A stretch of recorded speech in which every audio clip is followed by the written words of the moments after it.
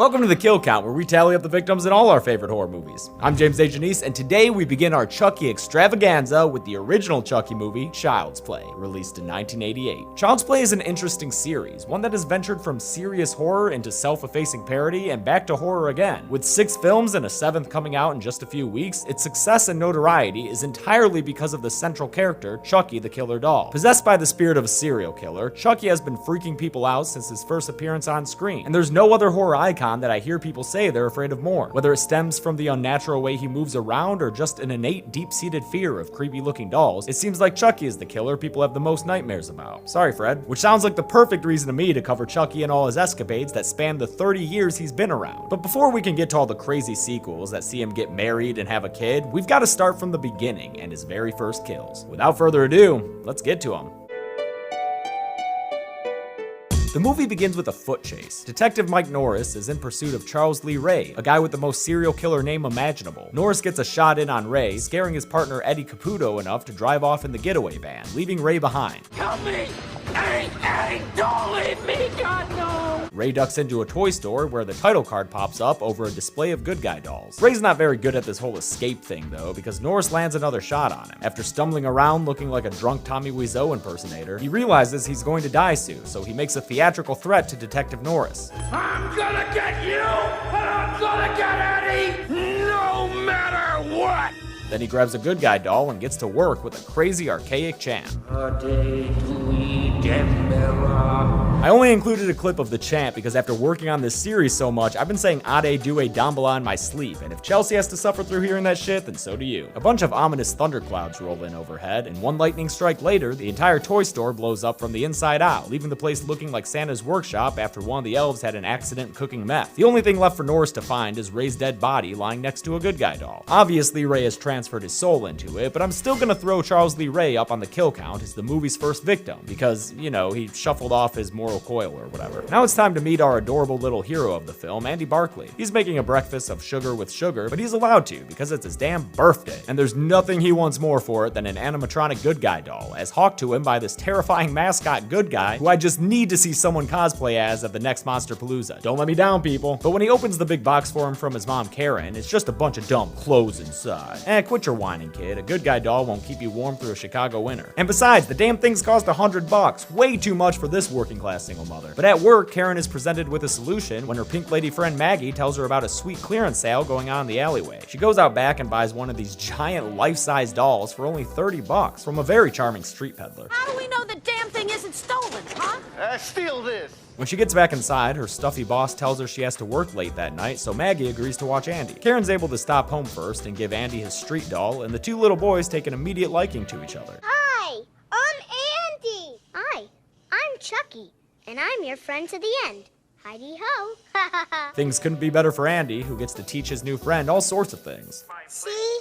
That's how you build things. And they're pretty swell for Chucky, too. Look, free TV, and the anchor is talking about Charles Lee Ray. That's his favorite program. Andy tells Maggie that Chucky wants to watch the news, but she says it's late and tries to put the boys to bed. She's surprised a little later when she finds the TV turned back on and Chucky's sitting in a chair watching the anchor talking about the whereabouts of his accomplice, Eddie Caputo. She thinks it's just Andy, new doll goofing though, so she puts him to bed, wrapped up real tight next to Chucky, showing us just how big Chucky's damn head is. Look at that thing. Later that night, while Maggie's trying to read, Chucky runs down the hall behind her, but she just thinks it's Andy. When she goes to look for him, she finds a bunch of flour spilled on the floor, and as she's cleaning it up, she gets a hammer to the face, causing her to stumble back and fall out the window of their awesome-looking apartment building in a really long, drawn-out slow-motion shot until she finally lands on a truck for our second kill of the movie, 23 minutes in. Karen gets home and runs down the hall like a Disney princess to find Andy hanging out with Detective Norris. He tells her about Maggie's death and points out the cute little footprints in the flour by the window. He checks out Andy's pajama soles, and hey look, it's the same design. Ain't that something? Karen's not happy about the insinuation and tells Norris to go on and get, but before he does, Andy has an adorable little light bulb go off and sees that Chucky has flour on the bottom of his shoes. He gets so excited to tell the grown-ups that he can't even make it all the way through his line. Mommy, I know who was on the kitchen counter. Mike humors him by asking who did it. Chucky. And as adorable as that answer is, Mike and Karen don't believe him because, you know, they're not insane people. Andy might be though, because Karen finds him sitting on the floor and talking to Chucky. Apparently, Chucky's been sharing secrets with Andy. His real name is Charles Lee Ray. Aw, the name almost loses its assassin-like qualities when that cute kid says it. No way to make this next line sound innocent, though. He said Aunt Maggie was a real bitch and got what she deserved. Haha, whoa, kid. Aunt Maggie was your mom's best friend. Maybe cool with the salt there. The next day, Andy takes Chucky to school, and it looks like a bunch of other kids are bringing their good guys to class, too. I hope the school has extra seats for all these giant-ass dolls, man. Turns out they won't need one for Chucky, though, because Andy shows how ex-core he is by ditching school and riding a train all by himself. He's directed by Chucky to a much more unsavory part of town, the part of town where old furniture sits outside just waiting for a doll to make use of it. Andy picks up the lay of the land real quick when he goes to take a piss behind the heap of garbage on the street. While he's occupied, Chucky disappears and runs to the house that he knows Eddie Caputo is hiding out in. While Eddie is fast asleep in the rat sanctuary he calls home, Chucky opens up the oven and blows out the pilot light, then cranks the gas up. Eddie wakes up and is suspicious of the noises he hears, so he takes his itchy trigger finger and slinks around the house before popping into the kitchen and firing his gun, starting a huge explosion that engulfs the entire house and incinerates Eddie Caputo for the third kill of the movie. At least no one has to pay for a funeral since he's getting buried in that collapsing building. And also because he's probably an estranged felon with no family to speak of. Karen gets called down to the station by Detective Norris because they've picked up Andy and are questioning him in what looks like a sketch parody of an interrogation scene. What would that sketch be called? Good guy, bad cop? Andy tries to get Chucky to talk in front of the adults, but Chucky won't budge, causing Andy to get real upset. In fact, he gets so worked up that, again, he can't make it through a whole line of dialogue. He told me never to tell about him or he'd kill me. Oh my god, Alex Vincent is the cutest kid I've ever seen. This Harry Carey looking doctor says he wants to watch over Andy for a few days, so Karen returns home with just Chucky. She implores him to talk, but he just sticks to the old script. Hi, I like to be hugged. She tries to laugh off her unease, but when she's looking at the good guy box, the batteries fall out. Oh snap, Karen, them bats ain't in that doll at all. When she goes to double check that they're absent, Chucky goes full exorcist on her. Hi, I'm Chucky. Wanna play? But it's not until she lights a fire and threatens to toss him inside that Chucky finally reveals himself to her in the audience. You stupid bitch, you filthy slut! Did you fuck with me? He bites her arm before she manages to fend off his attack. Then he runs away and takes the elevator down to escape her. So now Chucky's on the loose. Karen tracks down Norris to tell him that Andy's not lying, but not even the bite mark will convince Detective Norris that she's not a crazy lady. Not to be deterred, she takes off on her own and heads back down to Peddler Pete's Doll Emporium to question him on where Chucky came from. But all he's interested in is committing sexual assault. Luckily, Norris shows up to brandish his gun around like he's Dirty Harry or something and save Karen from the peddler. Some rough handling gets the peddler to talk, and he says he found the doll in a burned down toy store. Oh shit, Norris, you know that place. Charles Lee Ray died there. Yeah, that's the one. After Norris drops Karen off at home, Chucky surprises him from the backseat of the car by choking him with some jumper cables. Norris drives through the streets like it's Crazy Taxi until he's able to grab his cigarette lighter and stab Chucky in the face with it. Chucky don't give up that easily though, so he starts stabbing at Norris with a butcher knife, even almost getting him in the baby maker. Then presses the pedal to the metal until Norris flips the car over and crashes it. Chucky misses a stab and runs away, taunting that Norris can't hurt him, but when Mike finally does land a shot, it actually does throw Chucky back and hurt him. So Chucky goes to see John, his plainly named voodoo man who taught him all those creepy chants from the beginning. And this is the scene where we get full-on moving Chucky action. Most of it still looks great, although the talking doesn't always match up with the mouth. John tells Chucky that the doll is becoming his body, but when Chucky demands that John help him get out of this mess, John refuses. You're an abomination. An outrage against nature! Damn, that guy went from zero to abomination speech real fast. Chucky don't take too kindly to being called an abomination, so he takes a voodoo doll of John and starts seriously messing with him. First breaking his leg and then breaking his arm and threatening to do more until he finally gets some information out of him. John tells him he's got to put his soul into the first human being he told that he was alive, which just so happens to be Andy. I have a date with a 6-year-old boy. Chucky, phrasing. He thanks John for the help by stabbing his voodoo doll in the heart. John stays alive long enough for Norris and Karen to show up, and he warns them about Chucky's plan to date her little boy.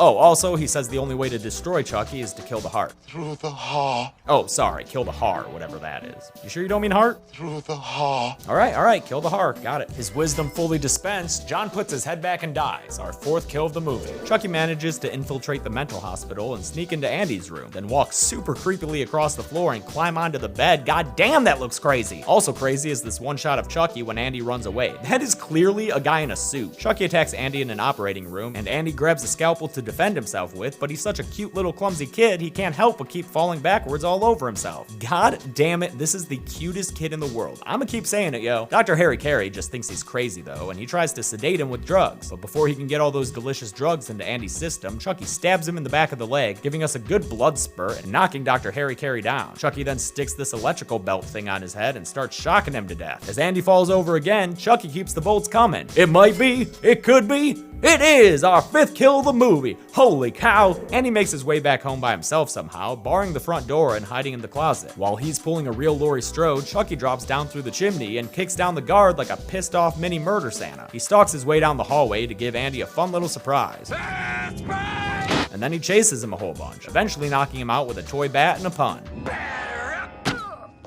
His incantation vacation is over and he gets to work on that creepy chant from the beginning. Ade Dewey Dembella. Give me the power, I beg. But it's even creepier now since it's being done by a freaking Cabbage Patch Kid. Ominous clouds roll in to confirm that the chant is going well. Norris and Karen arrive and are able to break through Andy's weak-ass barrier, but when Karen stops Chucky, he bites her in the shoulder and slices Norris in the back of the leg. Norris goes looking for him, only to have Chucky knock the wind out of him with that bat, but then Karen comes in and shoots Chucky down for the win. He's able to bounce back and jump on her, attacking her once more before she tosses him in the fireplace and cages him there like a rabid raccoon. Andy comes over to finish the job and Chucky tries to plead with him. We're friends to the end, remember? This is the end, friend. Andy lights him up and gives us this disturbing image of a nearly human-sized doll running around on fire and climbing on furniture, looking like a toddler flaming torch. You'd think that would be the end of it, but no, after the Barkleys go tend to Detective Norris, Chucky friggin' disappears. He comes back to trip Andy like a grade school bully and comes after him, even though at this point he's been reduced to a smoking, overcooked barbecue. We get some classic horror imagery like the stabs through the door and POV chasing until Karen shoots Chucky a bunch of times, decapitating him and taking off several limbs with her shots. That's some dope aim, Karen. She finally shoots him in the chest and we think it's finally all over for good because, like, come on. Norris's cop partner shows up and even though Norris tells him it was the doll, he's skeptical of the story. Lucky for Norris's credibility, it's actually not all over for good as Chucky's burnt body pops out through the air vent and starts strangling the cop even more than that mustache is strangling his upper lip. Jesus, dude, just die already. Norris must have been thinking the same thing because he shoots him through the heart. Blood splatters everywhere and Chucky is finally dead, so he'll go on the list even though I already counted Charles Lee Ray. Whatever, I do what I want. Chucky signs off with one last utterance of his catchphrase. I'm Chucky. Wanna play? And that'll give you nightmares. The detectives, Karen and Andy, all leave the room, a freeze frame capturing Andy's forlorn look as the final frame of the film. Man, I hate it when movies end on a freeze frame for no good reason. Come on, let's get to the kills. If you count both Charles Lee Ray and Chucky as separate deaths, then 6 people die in this movie. Pretty low for a slasher, but that's okay. Chucky's just getting started. Of the victims, 5 were men and only 1 was a woman, so there was a pretty stark gender imbalance going on.